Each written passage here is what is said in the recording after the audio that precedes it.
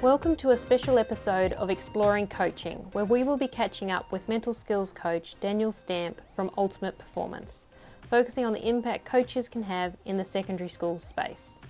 Daniel has an academic background working in the tertiary environment in sport and exercise psychology, athlete wellbeing, health psychology, and global health. Complementing his academic background, Daniel is also a practitioner. He has his own consultancy business, Ultimate Performance, and works with individuals and teams across sport and business. My name is Nicole Yeoman. I am the Community Coaching Manager at Hockey NZ, and I will be posing the questions to Daniel to get insights into his knowledge and experience from a psychology perspective. Welcome, Daniel, to our special episode of Exploring Coaching. I thought we could start with you sharing your observations of the secondary school sports space in New Zealand. My first observation is that coaches are doing, for the majority, are doing a fabulous job with our young athletes, right? Yet we can all, no matter how great we are at coaching, we can always continue to learn and develop and be aware of the influence we're having over our young athletes. So I'm always worried by the coach that's out there that thinks they know it all. Particularly in the psychological space or the emotional space, I think there's great learnings for all coaches to have. It's typically the space that most coaches haven't done the majority of their professional development in. Yet we know with youngsters, it's probably one of the most important areas to get right. I also have observed that there is a huge amount of pressure on these coaches to perform and to get results. And I think that's just the nature of the school system. So we have high demand, high pressure competitions. And, in that hockey space, as an example, we've got numerous schools with amazing hockey programs that have all got this ultimate goal of going to a secondary school's national tournament and winning titles. And a coach will be defined by that. And that's what gives us this complexity, is that a coach's success and the success of their team is actually going to define how good they are and how well they're doing. And that potentially leads to some issues, because what we know in the school space is that young athlete is only your athlete for that period of time. Yet there is potentially numerous years beyond school where that athlete is going to be involved in your sport. So for me, it's very much about getting coaches to really connect to the fact that they are a part of the athlete's journey. This is not necessarily the pinnacle for your athlete. Maybe for some, don't get me wrong, some will play first 11 hockey and at their school, and then may not go on to do anything greater than that. Yet, if we're in coaching for the right reason, we should want our athletes to be in our sport for as long as possible, being as healthy as possible, and having that long-term well-being. So it's essential for me to get coaches in the secondary school space to look at how they are an essential component, part of that athlete's longer journey, and how they can actually help that athlete learn and develop and grow whilst in their care, so that they can be even better and even more successful once they leave school. How do we define success as a coach in the secondary school space? So success can be a multitude of things. One of them is winning. Only one. The other is, is growth or development. The other one is, another one is enjoyment or satisfaction. So for me, it's very much about right back at day one, and the culture that you start to create within your squad, your team, your sport in the school around how you define success. And winning may be a component of that, but there should be so many other factors that come into that definition of what success is for the individual athlete and for the team as a whole and for the school perhaps.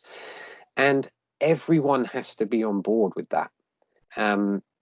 Every coach involved in the sport, every athlete that enters that new environment that is established, and those that leave, and the parents as well that support those young athletes in the sport. So defining success is absolutely essential. And I guess to hone in on that concept of winning itself, you're right. We want athletes that are competitive and that want to win. That is part of the definition of success. Yet, as I said, it can't be the only focus, and therefore we must understand what contributes to the winning, and we must therefore give that the majority of the attention.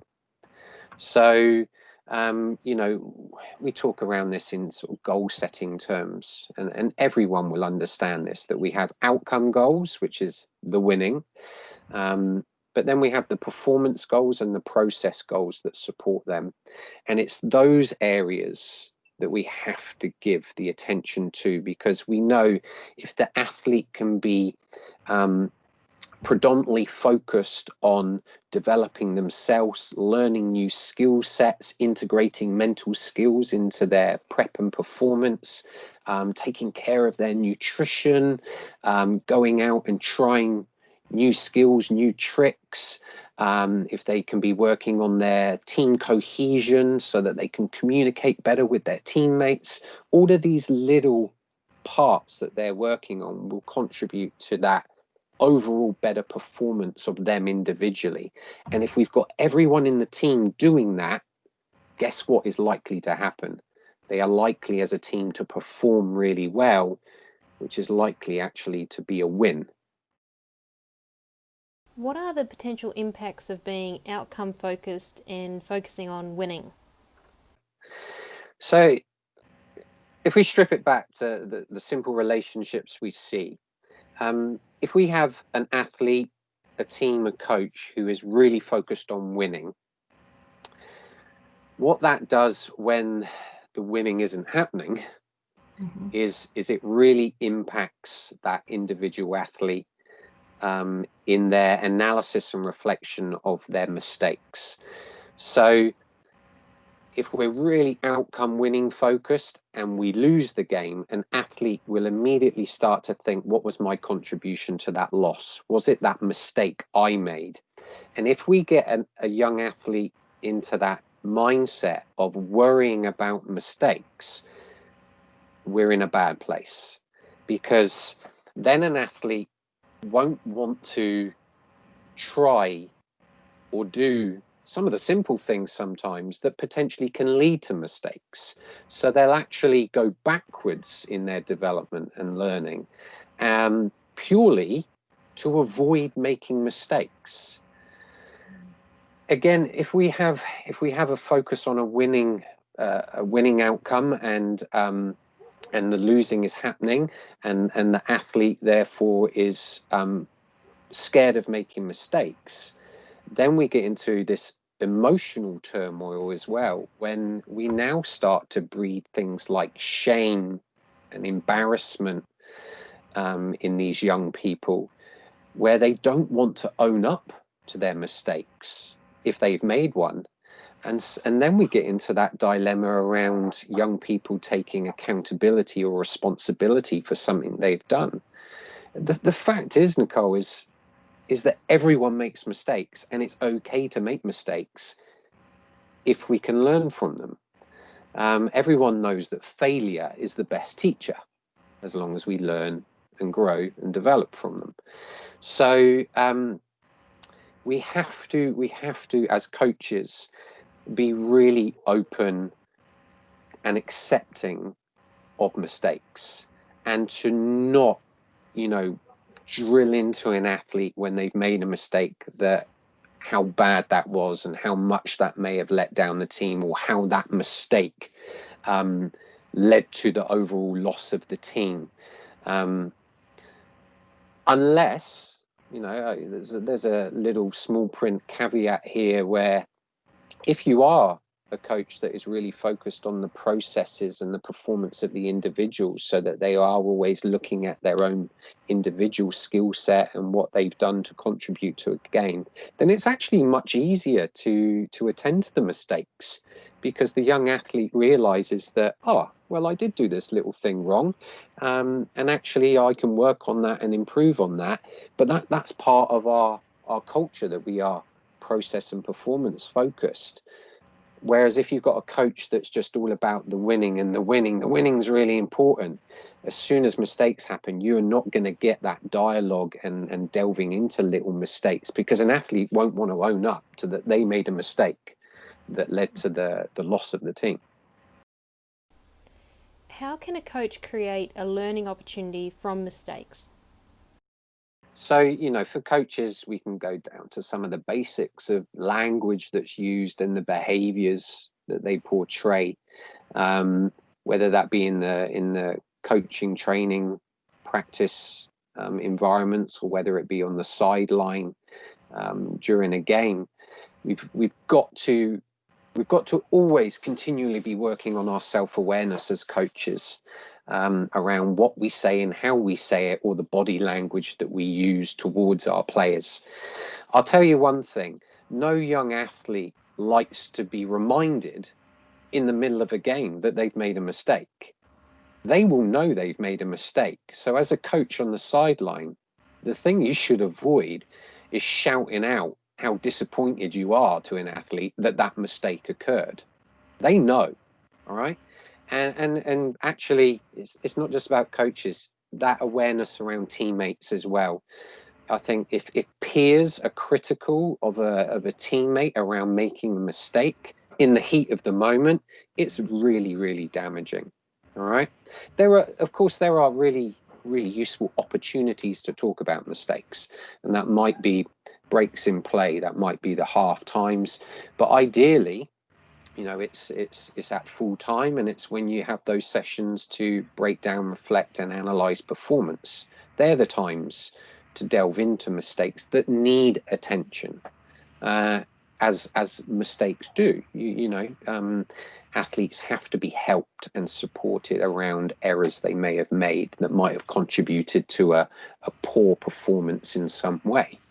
I think really, though, taking a strengths-based approach, we want to flip the other way and just ensure that coaches' language and behavior is just predominantly positive in praising and encouraging. And I know all coaches know this, but sometimes we actually just need to do a bit of a check-in after every game and go, all right, what was I saying on the sidelines today? How did that come across? And I use my own story. It's not secondary school sport, but I am a volunteer coach of my 8-year-old's little football team. So I've got 7 little boys that are 8 years old learning football. And I'm quite vocal on the sideline in helping and supporting them in what they're trying to learn. And all I'm doing is congratulating and praising the good things I see. And it's down to that process stuff. It's the kid that tries to take a shot on their weaker foot, even though they miss by a mile. They were brave enough and had the courage to actually try a shot on that foot that feels really weird. So it's giving that attention. It's the courage and the bravery to try a new thing. It's the simple things like moving into space, or tracking back to cover a player, or making a good block, or having a good shot. I'm not worried about the outcomes, whether a goal is scored or not. However, I think really important to acknowledge, though, celebrate success. When a goal is scored, really celebrate it and congratulate and embrace that situation. But do remember that the majority of coach language and behaviors need to be positive, and need to really focus on the great things, the small things that your athletes are doing. And what that will naturally do is just remove the potential to talk about mistakes and errors and the negative stuff so much. How important is it for coaches to have self-awareness around how they behave, and how can they best prepare themselves to coach at their best? Psychology is the study of behavior, so that's why we're talking today. Coaches, do you understand your behaviors? Do you understand what leads to those behaviors or what triggers those behaviors? And one of the areas I will say is bound to influence how you behave are, it's the way that you think, and it's the way that you feel. So for me, a big area, I've been working in a lot recently with a lot of different organizations and different individuals, is that emotional health area. So as a coach, do you understand the emotions you experience, and do you know what those emotions lead to? We all know this. If you're carrying a negative emotion, and you take that into an environment, emotions are catching, right? So if you're upset about something, if you're angry about something, and you take that emotion with you into a new space, that you're going to behave in a way where that emotion is quite obvious, and that's going to rub off on the people around you.